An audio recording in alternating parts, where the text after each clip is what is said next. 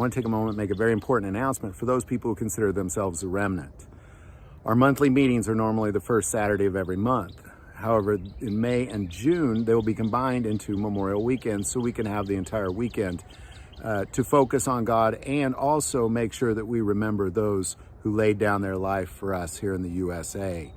So during that weekend, Friday night, we'll have a bonfire. Saturday, we will be working with the prison ministry, delivering food, then having a kind of a fishing party. And then Saturday night, we'll go live, have a dinner, as well as then another bonfire. On Sunday will be all about God and remembering those who laid down their life for us. So we'll be sending out more announcements, but just so you know, the May and June are combined into Memorial Weekend.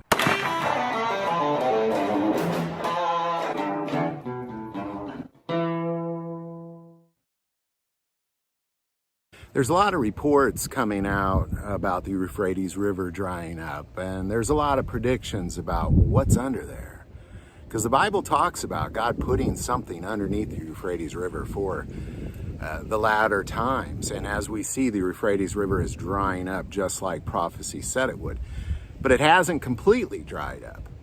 You know, it's dried up in some regions, but obviously whatever's underneath there is still underneath there, because we would definitely know, because it immediately kills a third of mankind what's underneath that Euphrates River.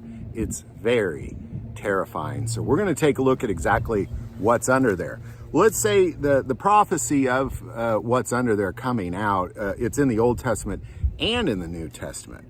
In Revelation, we see it's at the sixth trumpet, and it's immediately following the bottomless pit opening up and smoke, making the entire planet dark, and all these locusts coming out and stinging people that are not marked by God to the point where they are in extreme pain, and they just sit there in pain. And then the following trumpet, this happens. Then the sixth angel sounded, and I heard a voice from the four horns of the golden altar, which is before God, saying to the sixth angel who had the trumpet, "Release the four angels who are bound at the great river Euphrates." So the four angels who had been prepared for the hour and the day and the month and year were released to kill a third of mankind. Now the number of the army of the horsemen was 200 million, and I heard the number of them. And thus I saw the horses in the vision. Those who sat on them had breastplates of fiery red, hyacinth blue, and sulfur yellow. And the heads of the horses were like the heads of lions. Now their mouths came fire, smoke, and brimstone. By these three plagues, a third of mankind was killed by the fire and the smoke and the brimstone which came out of their mouths. Now, here's a lot of people misinterpret this because they think this is some sort of an army of man. This is not an army of men. What this is four angels who lead 200 million of whatever these things are.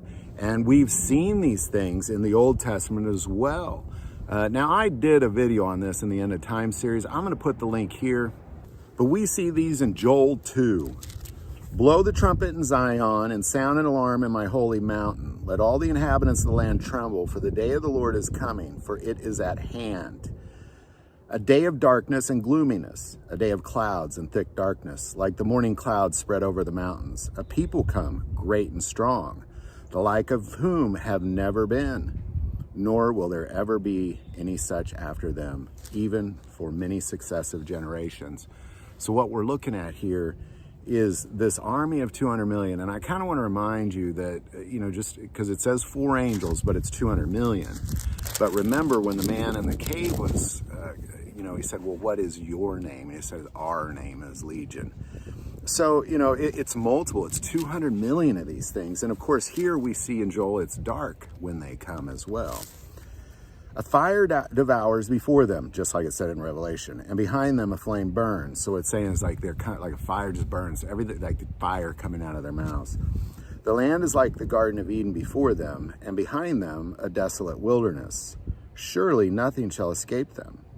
Their appearance is like the appearance of horses, and like swift steeds so they run. With a noise like chariots over mountain tops they leap, like the noise of a flaming fire that devours the stubble, like a strong people set in battle array. Before them the people writhe in pain, all faces are drained of color." They're all in pain because they just got stung by these locusts. They run like mighty men. They climb the wall like men of war. Everyone marches in formation, and they do not break ranks.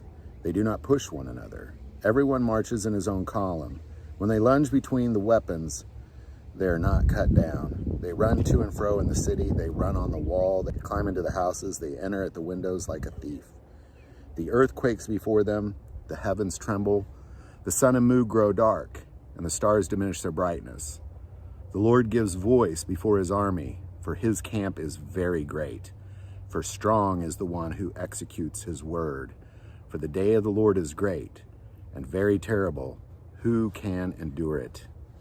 Early in Revelation, when the instruction was given to do this, it talks about where an angel came down and said, no, wait till I mark everybody on their foreheads from God, who are of God. And we see that in Ezekiel 9.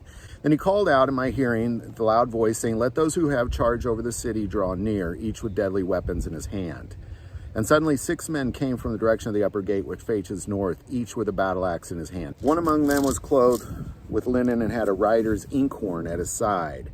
Then went in and stood beside the bronze altar. Now the glory of God of Israel had gone up from the cherub, where it had been, to the threshold of the temple, and he called to the man clothed with linen, who had the writer's inkhorn at his side. And the Lord said to him, go through the midst of the city, through the midst of Jerusalem, and put a mark on the foreheads of the men who sigh and cry over all the abominations that are done within it.